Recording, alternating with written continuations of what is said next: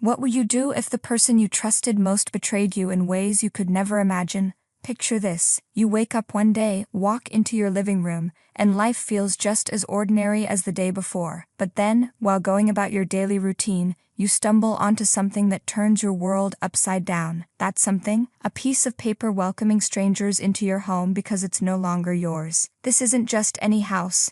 Not a rental, not a temporary place to crash. No, this is your sanctuary. The walls hold your dreams, the garden reflects years of your hard work, and every room tells a story of your life. And even though this house is your pride and joy, it's no longer yours. Not because of disaster or bad luck, but because of the person you thought would do anything to protect you. That's exactly what happened to me. The betrayal went far beyond the cold reality of losing a home. It ripped apart the very fabric of trust and love I had built over years. My husband decided, all on his own, to sell the one place I thought was ours forever. But if you think this is just a story of heartbreak, you're wrong. This is a story of strength, resilience, and ultimately, victory. Stay with me. You're not going to believe the twists, the strategy, and the grit it took to turn the tables on him and rewrite the ending of this story. Grab a comfy seat because you're in for a roller coaster of emotions, suspense, and a lesson in fighting back when every odd feels stacked against you. Before I take you down this path of betrayal and redemption, let's start with a little background. My name is Emma. For most of my adult life, I considered myself to be a straightforward, no-nonsense person who valued love, honesty, and trust above all else. I believed that a good relationship was built on these foundations, and that as long as we had those things, no storm could break us. Enter Mark, my husband, the man I fell head over heels in love with more than a decade ago. We met in the most romantic way possible, in a cozy little bookstore on a rainy afternoon. He was charming, funny, and intelligent. Most importantly, he seemed kind. It didn't take long for us to become inseparable. Within a couple of years, we felt ready to make the big leap. We got married, bought a house, and dreamed of building a beautiful life together. The house we bought wasn't just any house. It was perfect for us. Located in a quiet neighborhood with plenty of space for a garden I had always dreamed of cultivating. We spent countless weekends working on it together, from choosing paint colors for the walls to picking out furniture that felt like us. This house wasn't just where we lived. It was an extension of our personalities, our shared goals, and most importantly, our partnership. I thought we had it all. Sure, like any marriage, there were arguments every once in a while, but nothing seemed out of the ordinary. Little did I know, those moments of shared laughter and mutual effort were just as fragile as a castle made of sand. And one day, the tide came in to sweep it all away. What happened wasn't something I could have predicted, not even in my worst nightmares. Looking back, there were probably signs I missed. But when you love someone that deeply, you don't question their motives. You trust them blindly, wholeheartedly. Maybe that was my first mistake. Or maybe I just underestimated what I was capable of when my world came crashing down. The relationship dynamics and trust. Mark and I had what most people would call a picture-perfect marriage. He had a stable job. I ran a small business that I loved, and we made it work. We didn't have children, but we had a dog named Charlie who was basically our baby. From the outside looking in, people thought we were one of those couples that had truly figured life out. But over the years, I began noticing subtle changes in Mark. He became overly obsessed with status symbols. He wanted the bigger car, the fancier watch, and the high-powered business connections that seemed to make life more glamorous in his eyes. I chalked it up to ambition. I admired his drive, in fact. But in hindsight, his growing obsession with material success was coming at the cost of what really mattered, and I was only beginning to realize it. We used to talk about everything, things big and small, from which new show we should binge watch to deep discussions about where we saw ourselves in 10 years. But as time went on, those conversations grew fewer and farther between. Instead, Mark's focus shifted almost entirely to work. There were phone calls late into the night, emails he insisted on answering during dinner, and an increasing number of networking events that seemed to pop up every weekend. Even with these obvious signs of his distance, I still believed in us. I told myself it was just a rough patch, that once things settled down at work, we'd go back to being the couple we had always been. After all, that's what marriage is about, right? Weathering the storms together. I never once imagined that the person I was weathering the storm with was the very cause of the cracks forming beneath my feet. That fateful day began like any other. I got up, brewed my coffee, and took Charlie for a walk around the block. Life felt ordinary, even comfortable. It was only later, when I was casually sorting through the mail, that I stumbled upon a letter I'll never forget. It was from a real estate company I didn't recognize, printed on expensive stationery. They were thanking Mark and me for the smooth and successful sale of the property at our address. My hands shook as I read those words, my heart pounding so loudly I could barely hear myself think. I reread the letter at least 3 times, hoping I had somehow misinterpreted it. But there it was, clear as day. My home, my sanctuary, had been sold without my knowledge. And what's worse, the letter made it sound like something we had both agreed on. I rushed upstairs to confront Mark. He was sitting at his desk, looking more relaxed than someone about to have their secret revealed should be. When I burst into the room, letter in hand, he barely looked up. "What is this?" I demanded, my voice trembling. His reaction was astonishingly casual. "Oh yeah, about that," he started, but before he could go on, I cut him off. "You sold our house, our home, and you didn't think it was important to mention that to me?"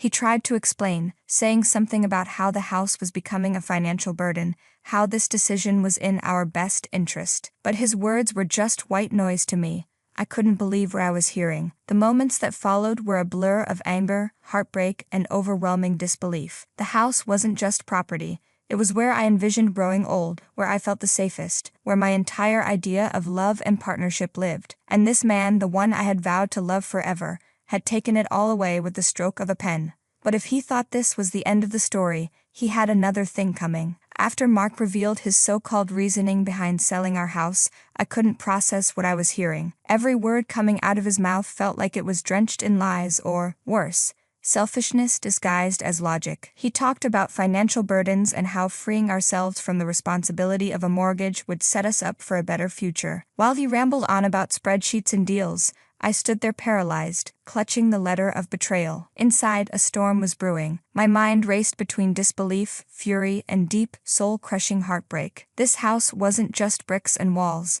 It was the place I'd poured my heart into for years. The memories of painting the living room together, holding Christmas dinners with family, and planting flowers in the backyard that blossomed every spring flashed before my eyes. How could someone erase all of that with one decision? One I wasn't even a part of? I remember sitting on the edge of our bed later that evening, staring at the floor and feeling nothing. You know that quiet, numb feeling you get when there are simply too many emotions to process at once? That was me. Charlie, our sweet dog, rested his head on my lap, as if he could sense the turmoil I was in. I stroked his fur absent-mindedly while my mind kept replaying the events of the day like a broken record. A part of me wanted to scream, to accuse Mark further, to demand that he reverse the sale, but I quickly realized that screaming wasn't going to undo what had already been done. More than that, I knew deep inside that the man standing across from me was no longer the partner I thought I married. He was operating on a completely different wavelength now.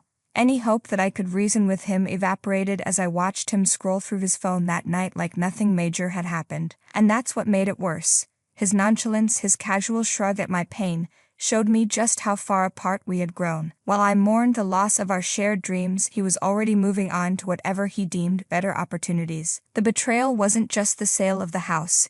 It was the coldness in his demeanor, the complete disregard for my voice. It was a wake-up call I never wanted to hear but desperately needed. That night, I made a choice. I could shrink away, accept Mark's actions, and lose both my home and my dignity. Or I could fight, and not just fight to get my house back, but fight to reclaim my independence, my voice, and ultimately, my sense of identity. The realization brought with it a strange sense of calm. While I still felt the sting of betrayal, I now had a glimmer of determination brewing deep within. Mark had made his move in this twisted chess game, but little did he know, I still had plenty of powerful pieces left to play. The first thing I did was educate myself. After the initial wave of emotions subsided, I started looking into the legalities of property sales, specifically the rights of spouses in situations like mine.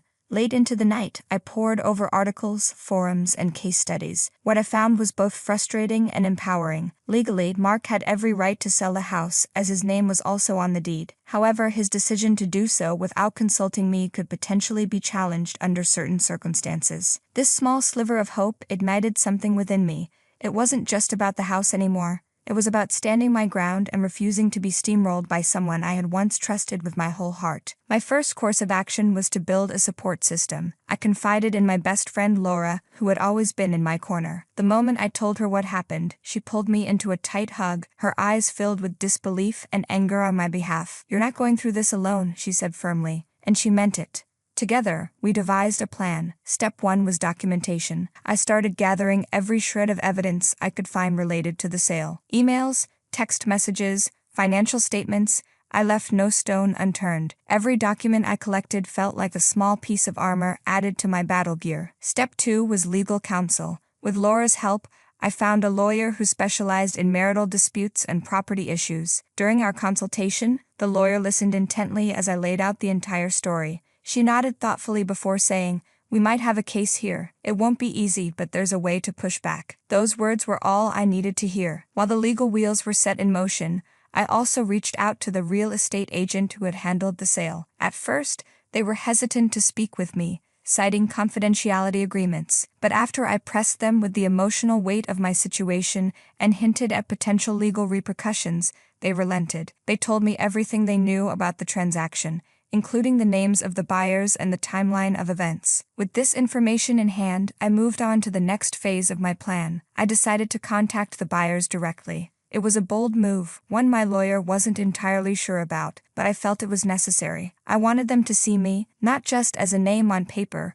but as a real person whose life had been upended by Mark's actions. When I finally sat down with the young couple, I was careful to approach the conversation with grace and honesty. I poured my heart out, explaining what the house truly meant to me and how I had been blindsided by the sale. To my surprise, they were incredibly understanding. They admitted that they had felt uneasy during the process, sensing that something wasn't quite right. Ultimately, they agreed to delay the closing date, giving me more time to sort things out. Mark, on the other hand, was livid when he found out what I was doing. He accused me of meddling, of complicating things unnecessarily, but by this point his words had lost all power over me. I was in control now, and I wasn't going to stop until I had regained what was rightfully mine. After weeks of legal wrangling, negotiation, and sleepless nights, the resolution finally came into view. The buyers, backed by their own sense of morality, chose to back out of the deal entirely. The real estate agent, eager to avoid further drama, nullified the agreement. The house was no longer sold. But that wasn't the only victory.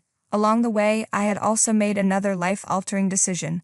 I filed for divorce. Mark's betrayal had opened my eyes to truths I had been avoiding for years. His obsession with success, his disregard for my feelings, and his willingness to make unilateral decisions had eroded the foundation of our marriage long before this incident. Moving forward wasn't easy. There were moments of doubt, moments when I questioned whether this fight was worth it. But every time I looked at the house, at the garden I had planted with my own 2 hands, I was reminded of why I was doing this. This wasn't just about reclaiming a physical space. It was about reclaiming myself. A year later, I'm standing in what is now solely my home. The garden is in full bloom. Charlie is chasing butterflies in the yard, and I finally feel a sense of peace I haven't felt in years. The house may not have changed much on the outside, but inside it's a completely different story. Audience engagement questions. What would you have done if you were in my shoes? Have you ever faced a betrayal so deeply personal that it forced you to reevaluate everything you thought you knew about love and trust? Share your story in the comments below. I'd love to hear how you found your own strength and resilience.